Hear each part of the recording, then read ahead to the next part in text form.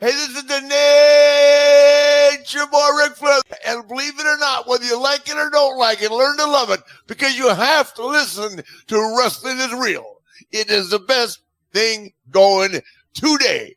Woo! Celebrating 9 years of podcast excellence, the King of Podcasts Radio Network proudly presents the Wrestling is Real podcast, because wrestling needs us. Yes, it's yours truly, hunkered down in South Florida, USA, doing another Wrestling is Real podcast. Thanks for being with me, King of Podcasts, here with you. We're going to go through talking about WWE when it comes to where their creative is right now, 2 months in, and specifically talk about some of the things they've decided to do in the creative direction under Triple H to try to go ahead and stir things up. As we know, TV product we've been talking about has been better. I'm not disputing that at all, and I've been saying that, but I'm going to continue to talk about where is the main event picture going to be taken care of. Now, they're in off-season mode at the moment. They already finished Clash at the Castle. The next big show will be, in 5 weeks with Crown Jewel, which is just kind of an epic kind of feel event, but nothing more. It's just more symbolic for the Saudi princes. And then you have Survivor Series for War Games, which is a nice way to go ahead and do the bragging rights type of thing they've been doing lately with a Survivor Series. That makes a little nice spin to it. And then you got to figure out what to do for day one after that. Otherwise, what have they done so far to help build up the main event part of the roster? And see, where I'm talking about is this. Sure, if you have Roman Reigns sandwiched at the beginning and the end, or the bloodline basically sandwiched at the beginning and the end of every show, then yeah, Roman Reigns is the draw. And that's the reason why they can pull 2.5 million viewers. Because they've done the bloodline and they had Sami Zayn with Solo Sikoa that are offshoots of the bloodline storyline that help to create the appeal of SmackDown, which is the smart thing to do. Sami Zayn has been made very relevant, the honorary Uso. Solo Sikoa, the newest member, brought into the mix. It works. And what you've done is you've made things happen where you can put that together. I mean, to start off the night with Reigns, and then you're thinking about, all right, well, there's no other sports really contesting against SmackDown on Friday nights, but they're pulling off good numbers for their show.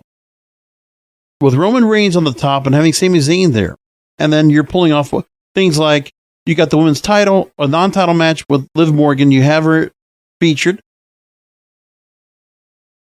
and then you put some other things in there with Karrion Kross and Drew McIntyre. And then you had the championships on the line with the Usos and the Brawling Brutes. Again, bloodline sandwiched in. That's the hottest thing going right now in SmackDown. So they're going to probably keep good numbers for their show with just that. The bloodline storyline, they can't slow it down. They're just adding more to it. It feels like an NWO feel now, where like they're adding more people into it. The storyline has to continue somehow, so they're stretching it out as much as they can. And everybody holding belt. That's what they've become, which is smart. You know, even adding the extra couple of things to keep the bloodline important. They've put a lot of storylines into that, and they've done a really good job of booking that. On the Raw side, it's not so much. And the Raw side is exposed a lot more because of the fact that you're struggling right now to keep up with Monday Night Football, and there's just no chance. Monday Night Football now consistently pulls up almost 20 million viewers every week. It doesn't even matter if the game's bad. Like the Dallas Giants game was boring until the fourth quarter. It was a 6-3 ball game. And you got two crappy quarterbacks in Cooper Rush and Daniel Jones. I'm like, oh, what a snore fest. And I had that on the background while watching Raw. But with Raw in the last couple of weeks with Monday Night Football, their idea is, let's put the women on and sandwich them in, which I think is a mistake. Now, they did this, okay? You put in a non-title with Bianca Belair and Io Sky with a long promo at the beginning with Bayley doing the celebration, right? And then we're looking at all this, and I'm saying to myself, okay, there's nothing I feel so much that really draws to a younger demographic, which is, I think, of what you have on Monday nights. What is the demographic you're going after on Monday nights that's going to really help take back some of the audience? Because you need to counter program here, but nobody's doing that yet.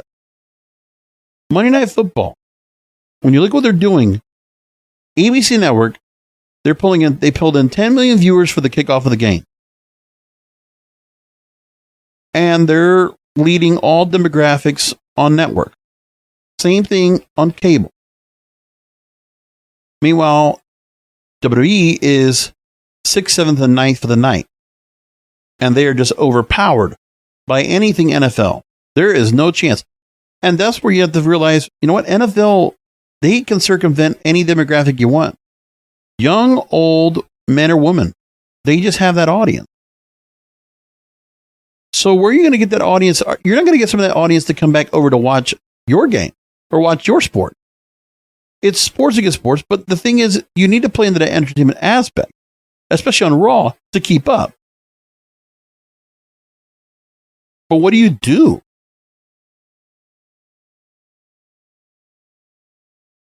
The numbers were a bit better this week. 8 o'clock, you start off with 1.751 and 1.728 for hour 2, and then a big drop off of 10, 1.543. It could be because of the game on Monday Night Football got better and people just switched over. I don't think there was anything else at 10 o'clock that would have taken the audience away. I'm looking, I don't think there was anything there. Because I'm looking at what else there might have been that could have taken a spot, but there's not. Love and Hip Hop, that's not even a matter. 90 Day Single Life? No. There wasn't much else that really takes away. The only thing I can think of is if you had something that you really build up that might take people away from streaming or, make people be interested in watching the show while second streaming whatever they're watching on TikTok, YouTube, whatever else. Like, I think there's something to be said about what you're doing to get that audience in. And it's an experiment. In the next couple of months, while Monday Night Football is here, you can't let those ratings continue to suffer that badly. And you have to ask yourself, do you think they're going to get back to 2 million viewers once they get back to WrestleMania season? They're going to have to work that way back again. So I'm actually kind of surprised.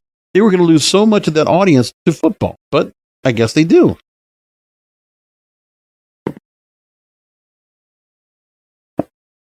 And I don't know what they're going to do to counteract. I mean, ESPN put a better crew out there for announcing. The Manning cast only does so much. I mean, one thing that helped us, Pat McAfee was mostly on during the Manning cast this week. That might not have helped either.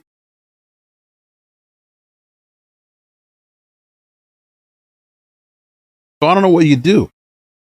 What can be done to go ahead and help them get anywhere? Because right now, among the audience they had on the regular season for an NFL Monday Night Game on ESPN2, the Manning cast, 1.429 million viewers. If you compare that what we're always doing, the Manning cast alone had a better younger audience watching. Persons 18 to 49. They beat Raw, men 18 to 49. And they didn't beat Raw and females. And that's what they're seeing right now, is that they think there's a chance they can try to take some females away and bring them into watching. So they're thinking, let's get the women out there first. That's the way they're going to program it. Because of the other people they have on that show, that's the other thing. There really isn't anyone they have right now, or any storylines that are so epic over on Raw that can really take people away to watch. And it doesn't matter if you have some veterans over there with Edge and Rey Mysterio and others. It doesn't make a difference. I mean, what they did was a very pedestrian show. It's good. You got really long matches on these shows, right? A long segment with Bianca Belair and then going against Io Sky. And they put that match together. The match was good. And now we know that Bayley and Bianca are going to go after each other in a ladder match for Extreme Rules. Okay, great. But There's a lot of time taken right there. And I mean, for any other audience any of the night, sure, it's fine.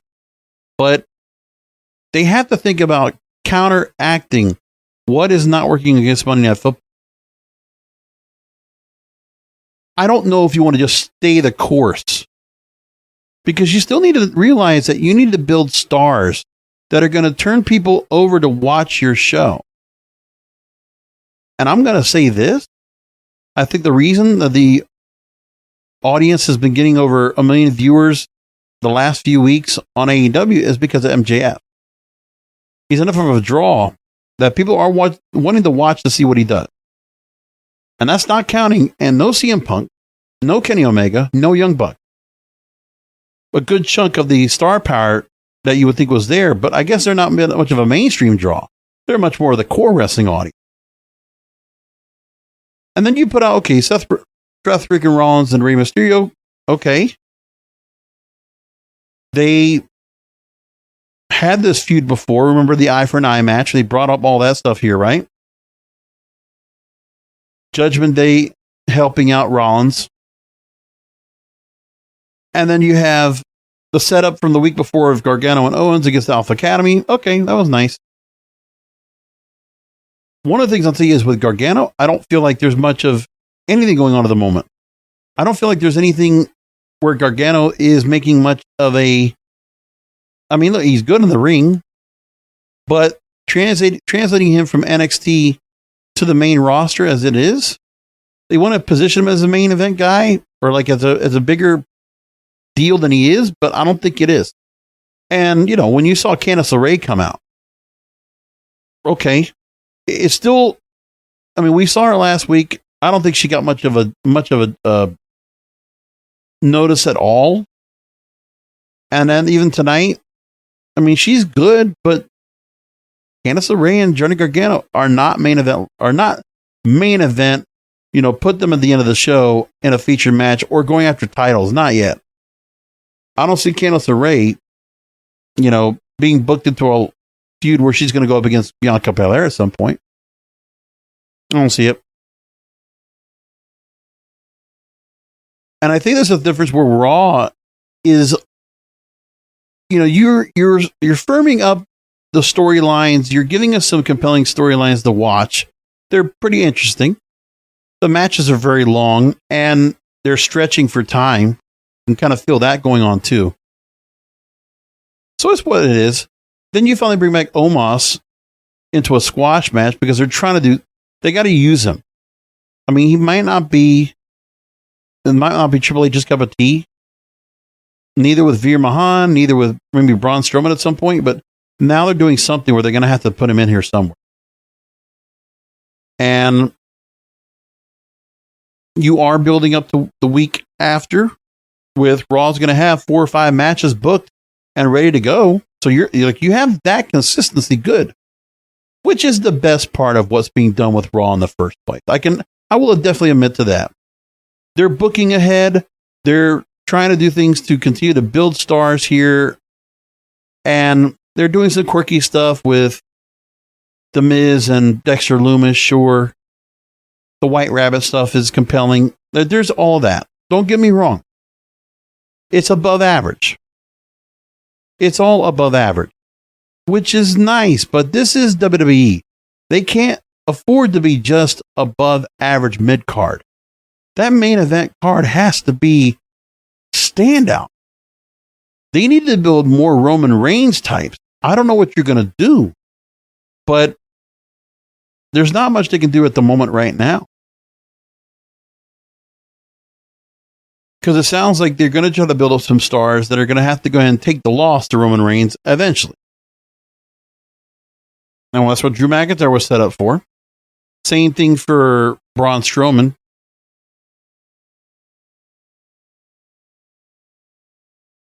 Down the line, you can see that happening. And then maybe Otis and Braun Strowman, we'll see them, you know, more into going into things. We know Otis is taking on Gargano next week. Gable will take on Braun Strowman. So the big guy, little guy kind of deal. They'll build up Gable and Gargano and see about there's something with them. Alpha Academy, I mean, Stan Gable, Chad Gable is definitely he's starting to find his own, and maybe there's going to be a point where he'll be able to break off as the head person, as the one that breaks out from Alpha Academy at some point, because he's starting to get there. Finally, starting to find his way, but still, like, you can get into a singles push, something like that, but I don't know. There's all these limitations and levels that I think certain of these stars are not going to make much of. So they've continued to put Nikki ASH out there. We're going to see the superhero gimmick going away and fading, but we don't know what's going to be. You bring Sami Zayn over to take on AJ Styles. That's going to help out a bit. Like Zayn and Solo Sikoa coming over to Raw, they have to do it. Like that, they're seeing that Solo Sikoa and Sami Zayn getting an interest and having them support, present part of the bloodline on this show and putting a feature match with Zayn and AJ Styles. Yeah, they have to do it. They're lacking the level of star power that they need. If you just want mid all day long for 3 hours, then you got it on this roster. And I'm only saying that because there are just certain stars like Owens, you put him into with a tag team scenario. Rollins, he's not going after any belts. He can't. You put him up against Bobby Lashley. By the way, no Bobby Lashley on this show, right? There's just not much there to go on. They're struggling right now. And I don't know what you do. They have the roster they have on that side. They're utilizing them to the most potential they can. Because, Kevin Owens, they don't have a belt for him to go after unless he's going after Bobby Lashley. But nobody's going to take down Bobby Lashley in the U.S. title. So what else do you have? I mean, what else do you do to bring him up to a main event level?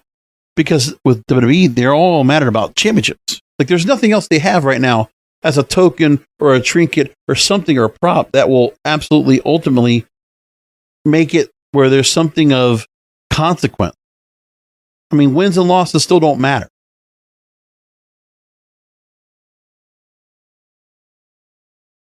And then you have things where there's only so much you could do with in-ring stuff or backstage promos or things like that.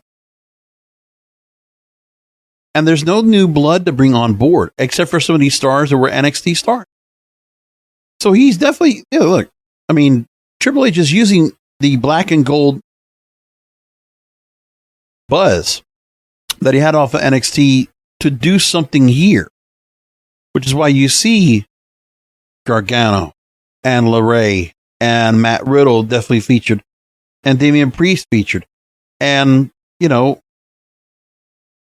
there's that to go off of. And then, of course, but there's just not much there. Like Bianca Belair, I guess, is the star on that brand because they don't have any top star on the men's side that can really stand out.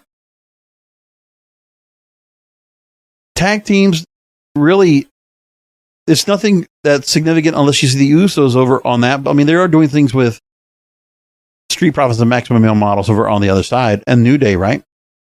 But there's not much over here. Raw's kind of depleted. You took out Edge again, and there's just not much else to go off of. Because you also took some of the stars you could have put over here and build up, like Karen Cross goes over to SmackDown, which it makes sense. I understand. But I think Raw needs to get some new, and they need to inject some new talent in. After Halloween Havoc, let's get some people over to the main roster. Let's start calling up. Sink or swim time for Braun Breaker, for Toxic Attraction. I think it's that time. I don't know what else you'd do. And we know that down the line, next year, Cody Rhodes will be back. Becky Lynch most likely will be back. So you'll have some other stars coming back over there. But what else do you have? Like, you need to make that 3-hour show matter. That's got to get shored up. I mean, maybe the audience is going to stay a little more consistent this time around. And if that third hour just keeps getting the tank a little bit, then what are you going to do? You find something else that works. I don't know. Or you just live with it. But if they're able to stay consistent 8 and 9 o'clock, 1.7, they can make it to 1.8 million viewers. That's probably the best they're going to do. But I would wish that they would take risks on that show. SmackDown's consistent. It's strong. It's been the stronger show. And they've gone up just like Raw went up when Triple H took over. But the problem is now, what are you going to do to get something back up on Raw and counteract and let the networks and the audience know, okay, there's a way for them to be able to put something on Raw against such very tough competition in Monday Night Football. Because it is something a bit of a feeling of like, all right, Raw has been like a mainstay, and usually they're not getting so hammered by the likes of Monday Night Football, because you know what doesn't help either? Is that Monday Night Football is now back to being that full-fledged multicast. Because you do now have the Manning cast on there, and they're like, and then you're also putting out more eyeballs on ABC, because ABC needs something to put on Monday nights. They can't find anything they could put on that would make some ratings. So let's put Monday Night Football there. And when they have the level of talent that they have, it makes sense for them to put it on ABC as well. Like, there's no way to change that. Nothing you can do about that. Therefore, you now have this issue. And there's just no answer here. I mean, you have to play into the entertainment side. That's one thing I would think you have to do. But they're going wrestling heavy on that show. Very wrestling heavy. For a 3-hour show, I understand that. But there's nothing else they can do right now within a 3-hour show. Like, they have the time to do anything they want.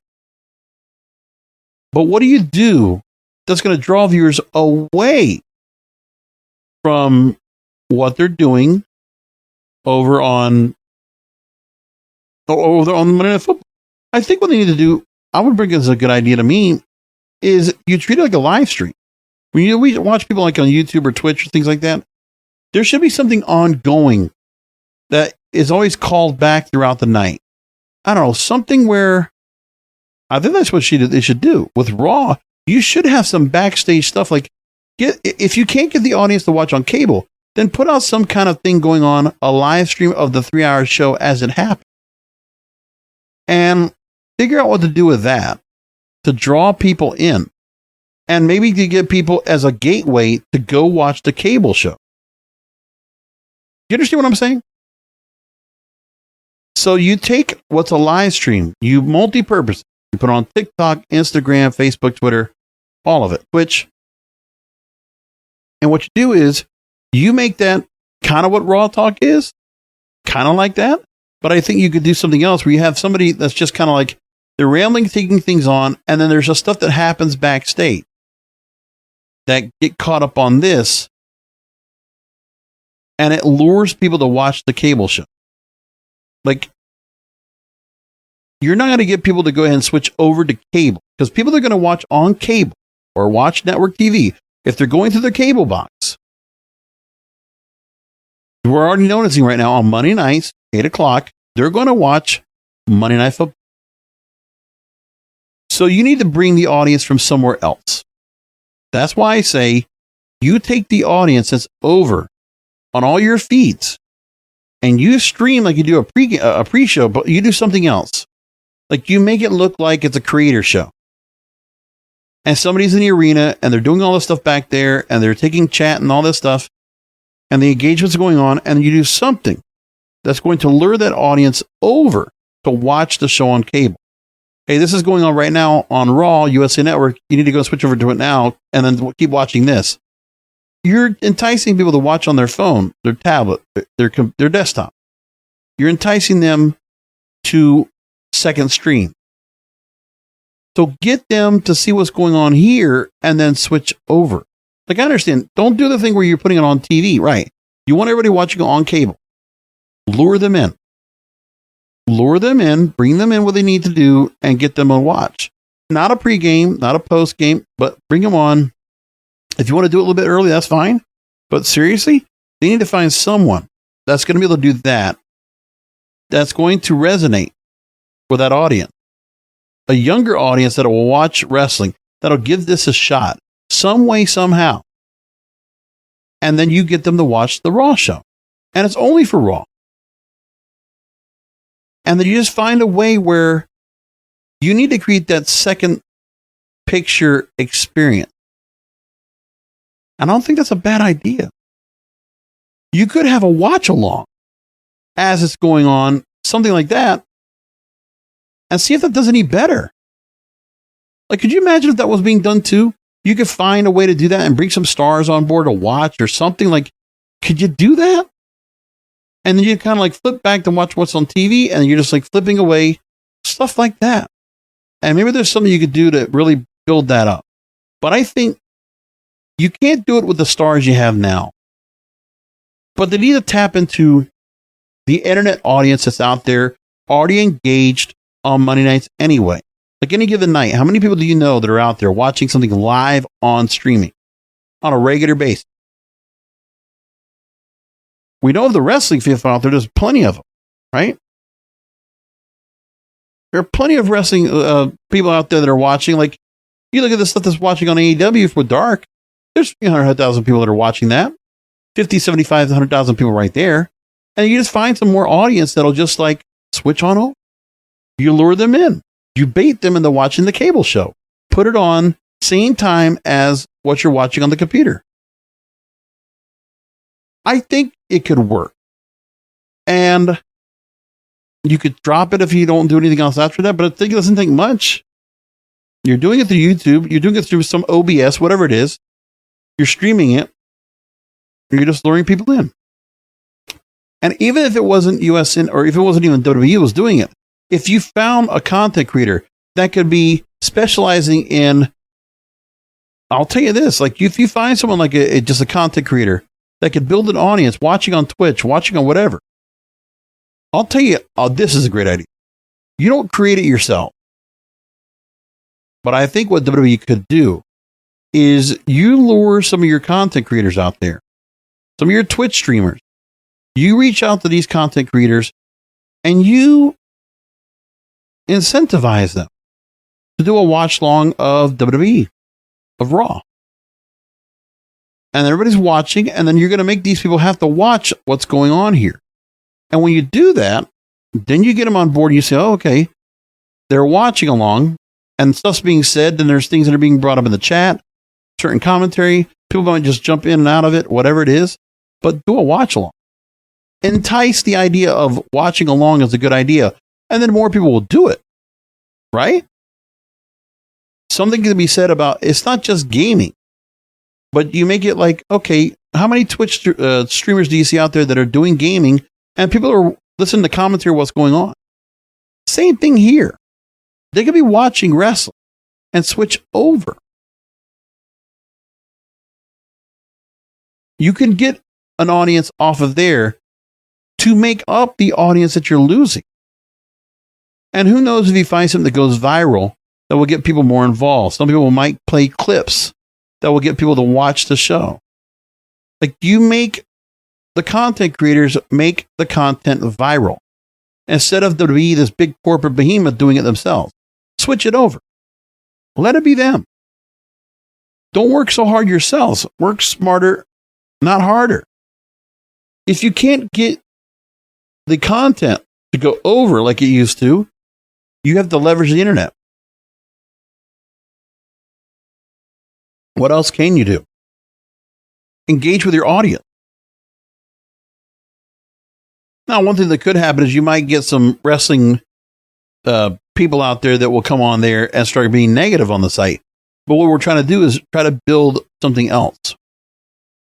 Something, I don't know.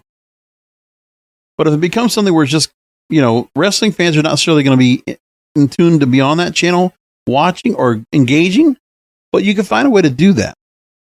Because I believe like sometimes when you're doing stuff like this and you're able to get some other content creators to go ahead and start talking about the shows, right?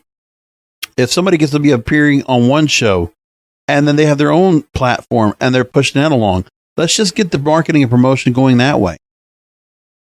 Like, you have your social media presence anyway. You got millions and millions of people that can engage. Not to mention the global audience that'll tune in for this as well. And really, if you do that, how many global WWE fans that might want to watch the show and they can't wait until, later on. They're not going to be in the UK where they can watch at 1 o'clock, or they're going to be somewhere else and they watch on tape delay, wherever they might be. Imagine a global audience that will hear about this, and all of a sudden they might find some content creator that attaches on this, but you kind of incentivize them. You find a way to do it. If the audience goes up and the Nielsen ratings go up, and that content creator is responsible for it, they are the benefit of getting, a few 100,000 viewers over to watch on cable, then guess what? You're getting more people to watch the show. And maybe they're just going to because they're getting an endorsement from that content creator. See that happen. If I had to brainstorm, that would be an idea I would try. Especially now, between now and WrestleMania season. Because what else are you going to do? It's one of those things I've been thinking about for a while, because I can keep coming on here and saying, what are they going to do to build this main event? What are they going to do to build this main event? And I can't think of anything else. It's not that they're not trying. It's not that they're not making an effort. They can do the gimmicks like the White Rabbit routine and see if that's going to resonate and get people to go in and watch. Sure, try it. But at the moment, I don't know if it's there yet. I'd like to find out. And, the other thing, too, is the locker room feeling like there just might be that old feeling where there are just certain people that are going to be pushed and others that are not. And that many things might have changed a little bit. One of the gimmicks that's talked about here by, a wrestling person I always like to go ahead and talk about all the time, that regularly likes to go ahead and make points across about what's going on because he was a booker there, Vince Russo. So he does criticize Raw, even with Triple H running it now. And one of the things he's thinking about, and I think I get where he's coming from, because look, if the Bloodline is such a prominent faction right now on SmackDown, to the point they can also dispatch a couple of troops over to Raw to help build up that brand. They build up the Judgment Day. Like, they've done a better job. Triple H has built the Judgment Day up, which is good. You have the inclusion of Dominic Mysterio. That storyline comes out well. Great. And Vince Russo has made some comments where he says that the creative team that Triple H is running is killing Edge's story of the Judgment Day by not utilizing. And the fact that they have snuffed out Edge again out of Judgment, that there's something missing of it. So I want to take what Vince Russo says about this. So first of all, Vince Russo said now the creative team isn't fully utilizing Rey Mysterio's ongoing storyline with Judgment. Mysterio against Seth Rollins this week. Rollins defeated Rey by submission. And a submission because he's going to take on Matt Riddle in the Battle Pit match, whatever that MMA style match is coming up. They wanted to do that. And then there was interference where Rhea Ripley hit Mysterio from behind and set the platform for Rollins to win. And so Russo says that they made a mistake putting the Master of the 619 in a match against the Visionary. Made no sense in terms of storyline. So yeah, the whole idea of having Rey go up against Rollins, that's what he's talking about, where Rollins is kind of like attached over to Rey Mysterio and that whole thing there. Here's what Vince Russo said, quote, "Bro, Rey Mysterio's entire mindset should be, I am taking out every single one of these derelicts that poisoned the brain of my impressionable son. Bro, you can go all the way back, guys, and I'm showing you my irrelevant old age. You can go back to Charles Bronson and Death Wish, bro. His wife and daughter got raped, and the people that did it were going to pay, and that was his focus. The vigilante thing." And then he goes on and says, "So if I'm writing this story Why on God's name is Rey Mysterio wrestling Seth Rollins? Other than it's going to be a great, and the Mark's going to give it 5 stars. Who cares, bro? He makes a good point here. He says here, you're killing the story. You got to put yourself in the shoes of the father. Look what these 3 lowlifes did to my son, and I'm going to die on that hill, man. That's the story. Not that he wrestled Seth Rollins for 20 freaking minutes, bro. Come on, man. That's what he says. And you know, that might be a storyline. That might be the part of the storyline they'll get to soon enough where Rey Mysterio will then avenge, which is where they're trying to go with things. But Rey Mysterio can't do it on his own. And adding Seth Rollins just makes more insult to injury.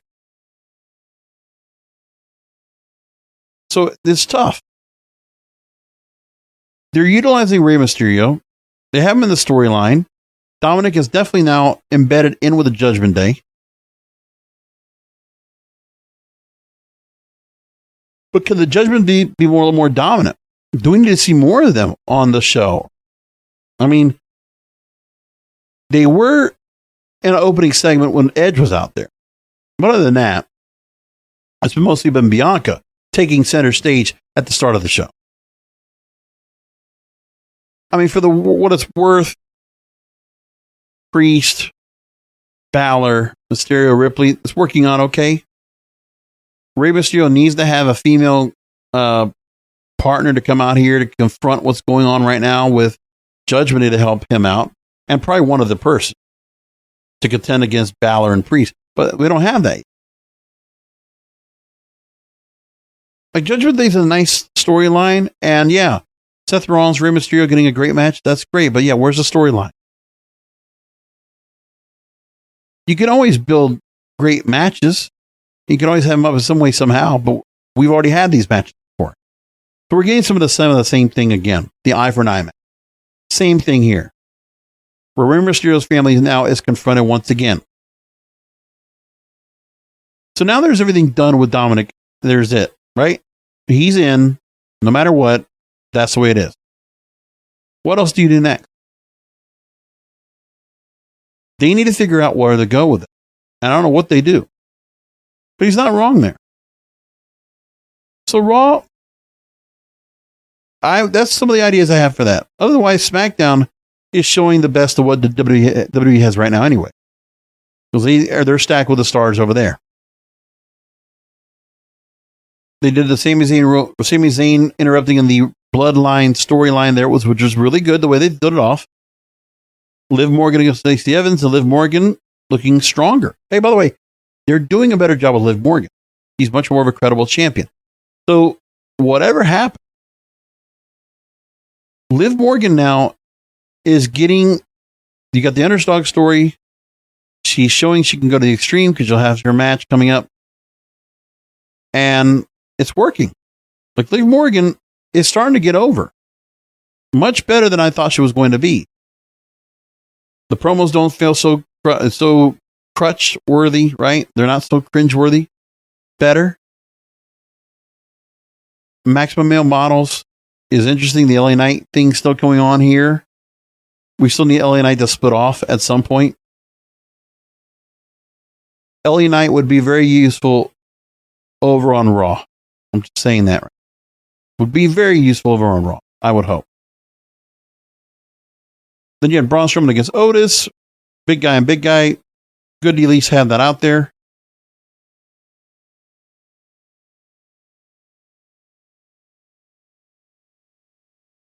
Slowly but surely giving Karrion Kross and Drew McIntyre more to do, which is fine. And then you have double exposure when it comes to Damage Control being on both shows. And, you know, because Dakota Kai is one of the tag team champions, so she has to go ahead and work over on the other side and have her up against Raquel Rodriguez. Okay. Brawling Brutes shining after the whole thing where Sheamus did so well, but then Brawling Brutes getting their chance to go after Usos. And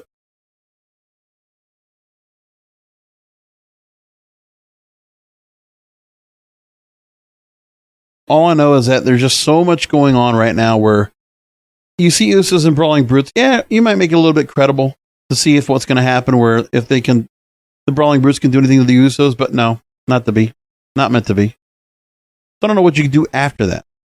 But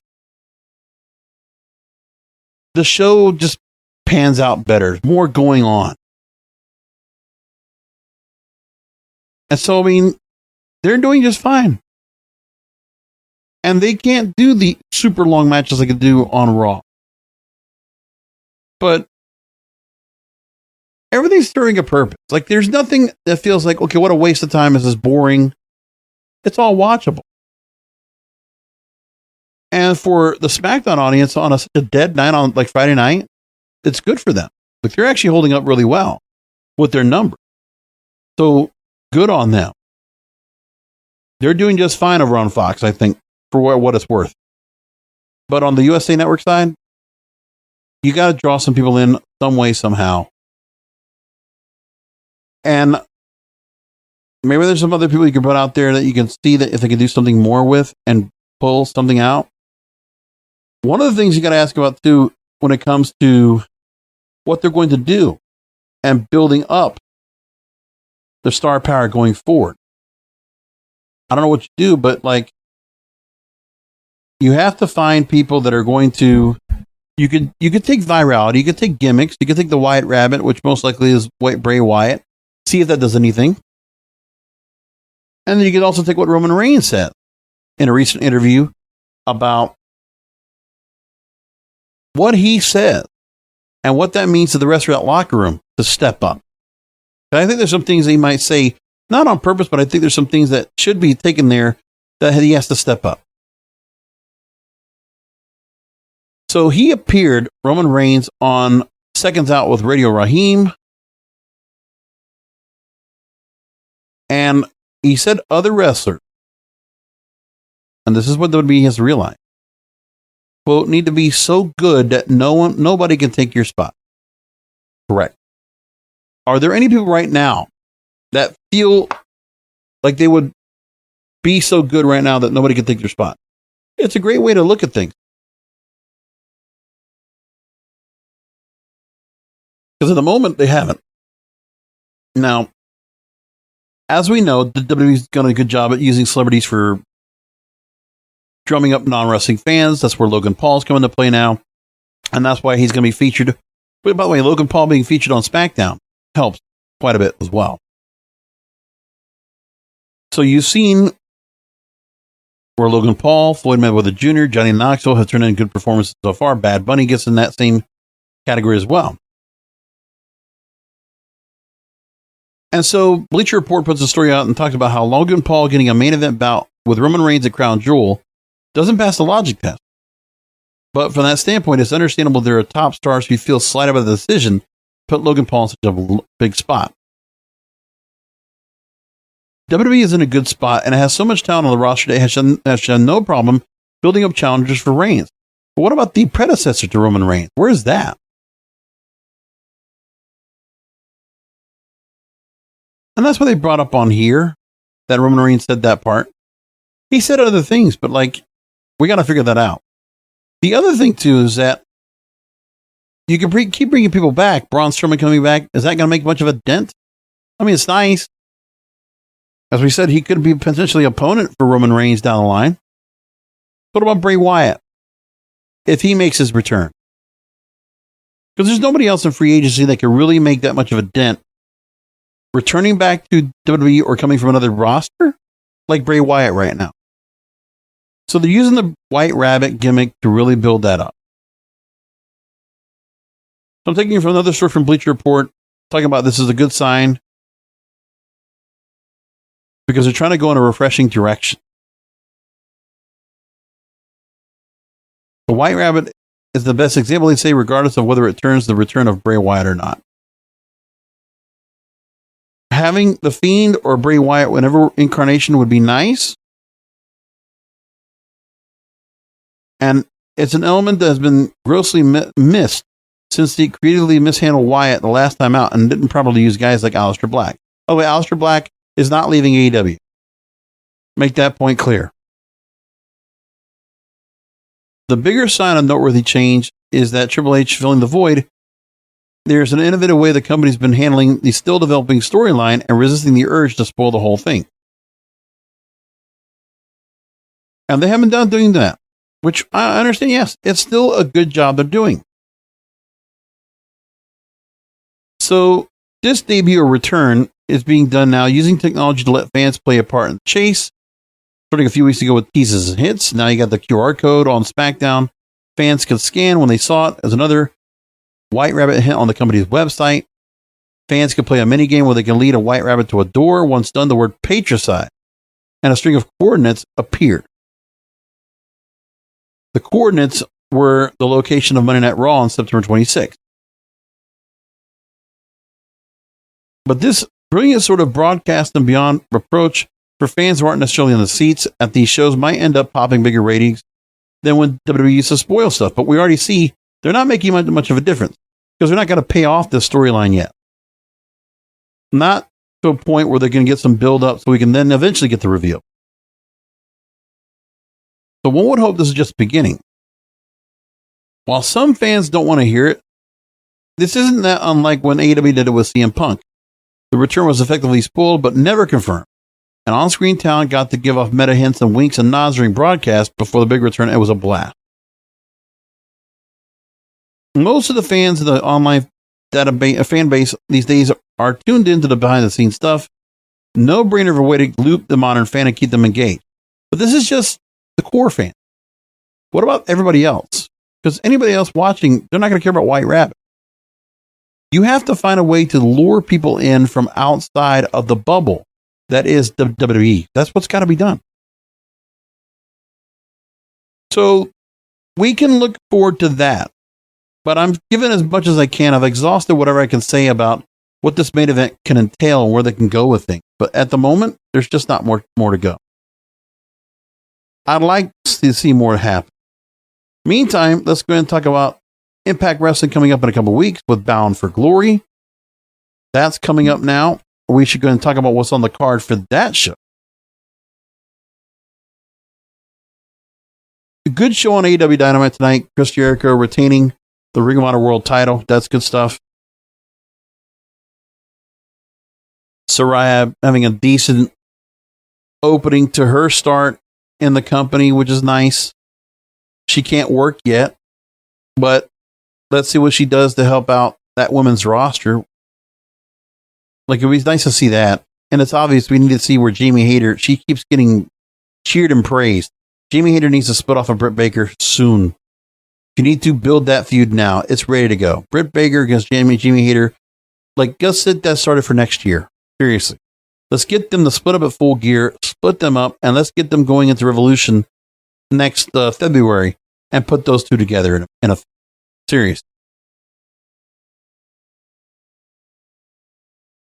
So let's go and talk about Bound for Glory. Here's what we have for matches so far. The full card is pretty much done. At the moment, we now have Raven, who is now the latest inductee into the Impact Wrestling Hall of Fame, a Call Your Shot Gauntlet, which will entitle the winner a title shot against the Impact World Champion. Then you have the Impact Knockouts Tag Team titles, Vexed, Deonna Purrazzo, and Chelsea Green taking on Taya Valkyrie and Jessica, accompanied by Rosemary. Impact Tag Team titles, you will have Honor No More's Matt Taven and Mike Bennett against the Motor City Machine Guns, Alex Shelley and Chris Sabin. Masha Slamovich will go after the Knockouts title held by Jordynne Grace. Frankie Kazarian will take on Mike Bailey for the Impact X Division Championship, and Eddie Edwards against Josh Alexander for the Impact World title. It's a good card. It doesn't feel that big to me, but it's really everything that's encompassed what they have right now.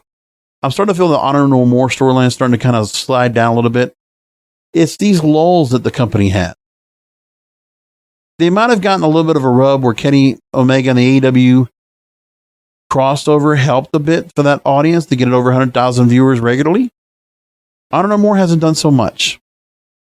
And, you know, you get used to like the formulaic feel of the tape shows of Impact Wrestling on a regular basis. It's still watchable. But they're also hurt by Thursday Night Football. That's not helping either. which pulls in its own 13 million viewers. They're struggling. I say the same thing with them. They need to figure out what to do, get people to engage. Because remember, you're watching a tape show against a live football game. It's not going to do well. So what are you going to do? They're struggling. And they're not going to get too much. I don't know how much publicity they're going to get when it comes to Bound for Glory when they get to that show and see how it does. But anyway, October 7th, when that show comes up, of course, I'll be doing a post show right here, WrestlingIsReal.com, where you can find all of my content. Subscribe to the show. Follow me on all the different social media. And if you like any ideas I have, you disagree, you might be watching this on the YouTube feed, then leave a comment. Like, share, subscribe. Please do that. And I'll leave it there. I'm going to come back next week with another Wrestling is Real podcast because wrestling needs us. Thank you for listening to the Wrestling is Real podcast. You can find all previous episodes at WrestlingIsReal.com or subscribe to the show on all major podcast outlets, including Apple, Amazon, Google, Spotify, and iHeartRadio. Follow the King of Podcasts on Twitter, Facebook, and Instagram at King of Podcasts, and search King of Podcasts on YouTube, or type youtube.com/JBRASCO951. This has been a presentation of the King of Podcasts Radio Network.